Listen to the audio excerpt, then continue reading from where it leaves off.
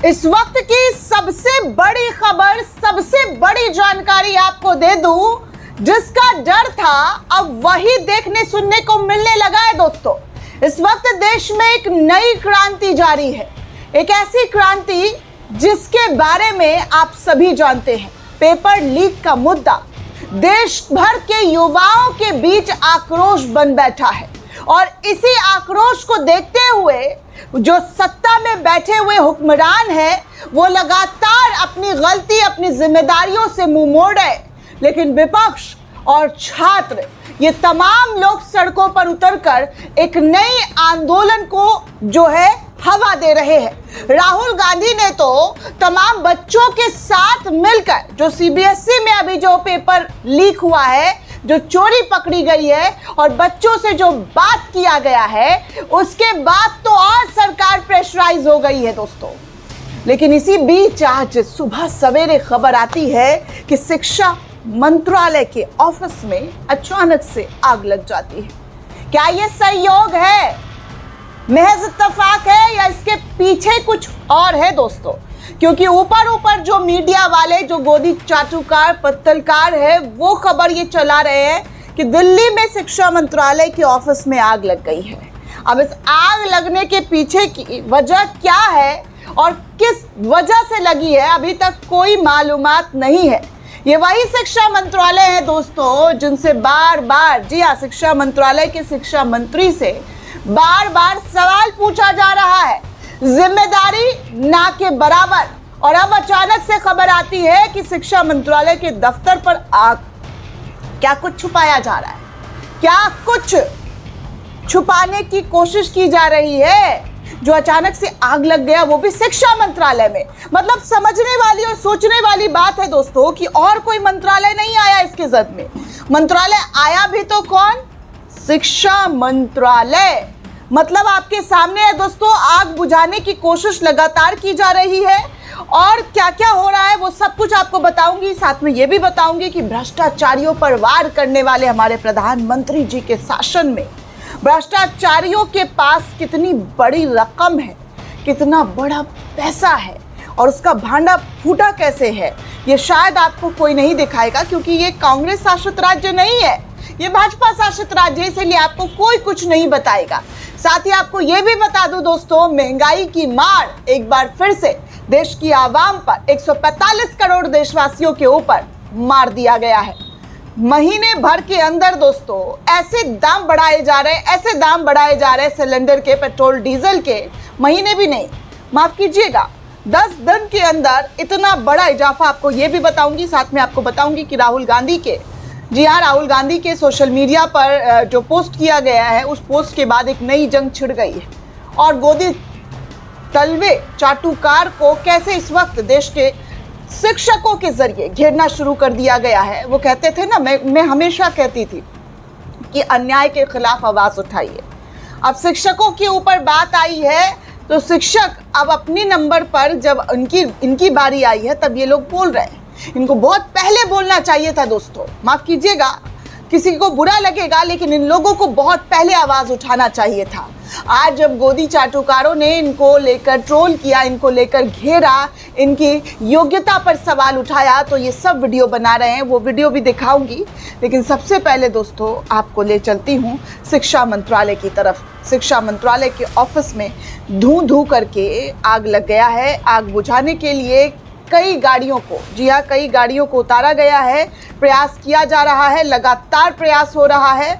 और इन प्रयास के बीच, जी हाँ, इन प्रयासों के बीच 8 दमकल को, जी हाँ, 8 दमकल को उतारा गया। हालांकि अभी शुरुआती रिपोर्ट में भास्कर के हवाले से खबर आती है कि दिल्ली में जो आग लगी है, आईटीओ स्थित बिल्डिंग की दूसरी मंजिल से जो धुआं उठा है, एसी में स्पार्किंग के भड़कने की आशंका जाहिर की जा रही है। तस्वीरें आप देख सकते हैं, इन तस्वीरों को भास्कर ने शेयर किया है।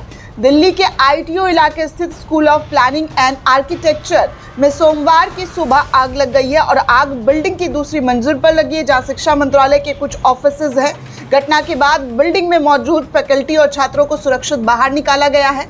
दिल्ली फायर सर्विस के मुताबिक सुबह 9:30 के करीब आग लगने की सूचना मिली है। आग पर काबू पाने के लिए दमकल विभाग की 8 गाड़ियों को मौके पर उतारा गया है।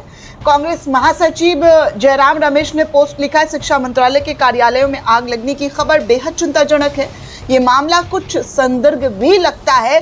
इस तरीके की आशंका जाहिर की, जैसा कि मैंने आपको पहले ही कहा था कि क्या ये संयोग है, महज इत्तेफाक है या इसके पीछे की कोई और कहानी है। और अब देखिए विपक्ष ने भी सवाल खड़े करने शुरू कर दिए। बाकी आप देख सकते हैं ये उड़ीसा, जी हाँ ये उड़ीसा की तस्वीरें हैं जहां पर अभी कुछ दिन पहले आदिवासी समुदाय के जरिए भयंकर तरीके का प्रोटेस्ट किया जा रहा था अभी भाजपा शासित राज्य में।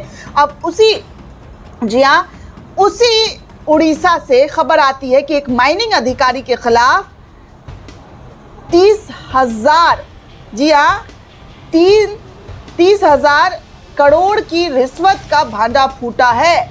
अब लोग लिख भी रहे कि कुछ कहेंगे तो कहा जाएगा कि देखो बीजेपी शासित राज्यों में भांडा भी तो फूटा है, लेकिन इतनी बड़ी रिश्वत दोस्तों अगर कांग्रेस शासित राज्यों में होता तो क्या आपको इतनी छोटी खबर करके दिखाई गई होती। मोदी के नाक के नीचे ये सब कुछ हो रहा है दोस्तों। भ्रष्टाचार की जो वो बातें करते हैं वो कितनी खोखली और झूठी है। उनके शासन में, उनके सरकार के रहते हुए, डबल ट्रिपल इंजन की सरकार के होते हुए लगातार ऐसी खबरें सामने आती है जहां पर मीडिया वाले उफ तक नहीं करते हैं, सवाल तक नहीं पूछा जाता है। ये हमारे देश की विडंबना है। और सवाल तो आप छोड़ दीजिए, इनसे क्या एक्सपेक्ट करते कि आपके मुद्दों पर सवाल उठाएंगे, बिल्कुल भी नहीं। महंगाई हो रही है, क्या कहा जा रहा है, ज्यादा फर्क नहीं पड़ा है, ज्यादा महंगाई नहीं हुई है, ऐसी रिपोर्टिंग हो रही है दोस्तों इस देश में चाटुकारों के जरिए। ज्यादा कुछ महंगाई नहीं है, ज्यादा कुछ नहीं हो रहा है। सोचिए आम जनता त्रस्त हो रही है, महंगाई का बोझ जनता के ऊपर पड़ रहा है। इन लोगों के ऊपर क्या पड़ रहा है, इन लोगों को तो चाटुकारिता का इनाम और फल मिल रहा है हर दिन। इन लोगों की चापलूसी और दलाली में जो नंबर 1 करने, जो इनकी होड़ है, उन तमाम लोग लगे हुए हैं। जनता के टैक्स पर ये अपना खर्चा, अपना पूरा पैसा, सैलरी तो उठाते ही हैं, साथ में इनको चाटुकारिता का भी इनाम मिलता है। खैर आपको बता दूं दोस्तों, तो महंगाई मैन मोदी ने फिर से महंगाई का चाबुक चला दिया है। कांग्रेस ने इस खबर को शेयर किया और बताया कि आज कमर्शियल सिलेंडर जो है 53.50 रुपया महंगा कर दिया गया। पिछले 5 महीने में मोदी ने कमर्शियल सिलेंडर के दाम हर महीने बढ़ाए दोस्तों। पहली जनवरी को भी हमने आपको खबर दिखाई थी तो 111 रुपये, 1 फरवरी को 50, 1 मार्च को 31, 7 मार्च को 115, 1 अप्रैल को 218, 1 मई को 900, जी हाँ 993 रुपये और अब 1 जून को 53 रुपये 50 पैसे बढ़ा दिए गए हैं। टोटल आप देखें तो 5 महीने के अंदर, 6 महीने के अंदर 1,571 रुपये को कैसे भाजपा सरकार के जरिए, मोदी सरकार के जरिए बढ़ाया गया। सिर्फ 5 महीने में कमर्शियल सिलेंडर के करीब 1,572 रुपये को महंगा करा गया और अभी साल खत्म होना बाकी है। कैसे अपने ठाट बाट के लिए जनता के जेब से तमाम वसूली की जा रही है, ये कांग्रेस के जरिए कही जा रही है। बाकी राहुल गांधी ने सोशल मीडिया पर पोस्ट करते हुए प्रधानमंत्री नरेंद्र मोदी और पूरी की पूरी भाजपा को घेरा है और कहा है कि प्रधानमंत्री के पास आमों के बारे में बोलने का समय था, लेकिन 18.5 लाख बच्चों के बारे में बोलने का समय नहीं है। सीबीएसई में हुई अनियमितताओं को लेकर राहुल गांधी ने कहा कि सीबीएसई के मई 2025 के टेंडर में उत्तर पुस्तिकाओं को स्वचालित रोबोटिक स्कैनर से स्कैन करने की शर्त रखी गई थी, जिसमें उत्तर पुस्तिकाओं की जल्द जो है सुरक्षित रखी जानी थी और न्यूनतम 300 DPI रिजोल्यूशन पर स्कैनिंग आवश्यक थी। लेकिन यहाँ पर भी मोदी सरकार फेल।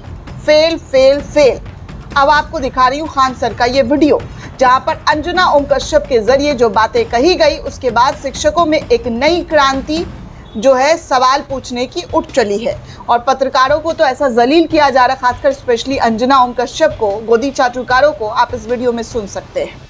कहती है कि टीचर सबको कुछ आता जाता नहीं है। अच्छा तो तुम ही पढ़ाओ, हम लोग पढ़ने आ रहे हैं, पढ़ाओ कि 2000 के नोट में चिप लगा हुआ है, पढ़ाओ कि कैसे तलवे चाटे जाते हैं, हम लोग भी आके सीखेंगे। शिक्षक तो कह रही है कि इनको कुछ नहीं आता है। अरे कोई शिक्षक तलवे नहीं चाटता है। बाकी सुधीर चौधरी को लेकर के भी अभिनय सर के जरिए एक वीडियो बनाई गई, जहां पर मेलोडी की कीमत तुम क्या जानो राहुल बाबू जैसे शो बना दिए गए थे। हर गोदी चाटुकार मेलोडी पर राहुल गांधी और विपक्ष को घेर रहा था।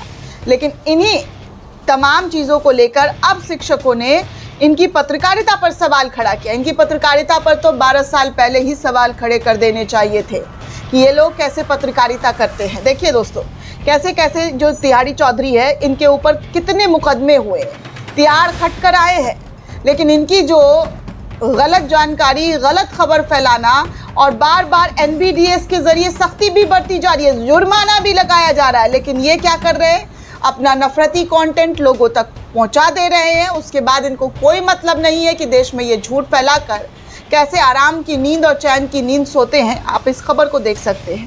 ताजमहल को कथित तौर पर हिंदू मंदिर बताने वाले टीवी शो को लेकर अब NBDS ने पत्रकार सुधीर चौधरी और चैनल को फटकार लगाई है। पदाधिकरण ने कहा है कि कार्यक्रम में निष्पक्षता और संतुलन का अभाव था और तभी यहाँ पर सभी पक्षों को उचित तरीके से नहीं रखा गया। NBDS ने चैनल को निर्देश दिया है कि ताजमहल से संबंधित विवादित हिस्से को हटाया जाए, संशोधित किया जाए। आदेश में कहा गया है कि ऐतिहासिक और संवेदनशील विषयों की रिपोर्टिंग करते समय पत्रकारिता के मानकों और तथ्यों की निष्पक्ष प्रस्तुति का पालन किया जाना चाहिए। इन पर एक बार नहीं दोस्तों, हजारों दफ़ा इस तरीके की चीज़ें जो है इन पर लगा है, लेकिन कायदे से इनका इलाज नहीं हुआ है, तभी तो ये हमेशा बच निकलते हैं। अगर इनको कायदे से इनका इलाज किया जाता तो आज ये बार बार NBDS के जरिए सख्ती बरतने की ज़रूरत नहीं पड़ती। अब इनका जो जहर है दोस्तों वो फैल चुका है। अब ये जहर काटने की दवाई तो अपने स्टूडियो में नहीं देंगे ना, नहीं बताएंगे कि हमने गलत किया या गलती हुई है। जो फैलाना था वो फैला चुके और जो अंधभक्तों के दिमाग में जाना था वो जा चुका है। तो ये हमारे देश में पत्रकार है जो गलत खबर फैलाकर एक नैरेटिव गढ़ते हैं और उसको इस देश का मेन स्ट्रीम मीडिया कहा जाता है। मेन स्ट्रीम मीडिया, आप समझ रहे हैं, मेन स्ट्रीम मीडिया क्या ऐसा होता है? ऐसी पत्रकारिता होती है इनकी। देख लीजिए दोस्तों, ये पूरी रिपोर्ट आपको कैसी लगी हमें कमेंट करके ज़रूर बताइएगा। साथ ही साथ चैनल को ज़्यादा से ज़्यादा लाइक, शेयर और सब्सक्राइब करना बिल्कुल भी ना भूलें। शुक्रिया दोस्तों।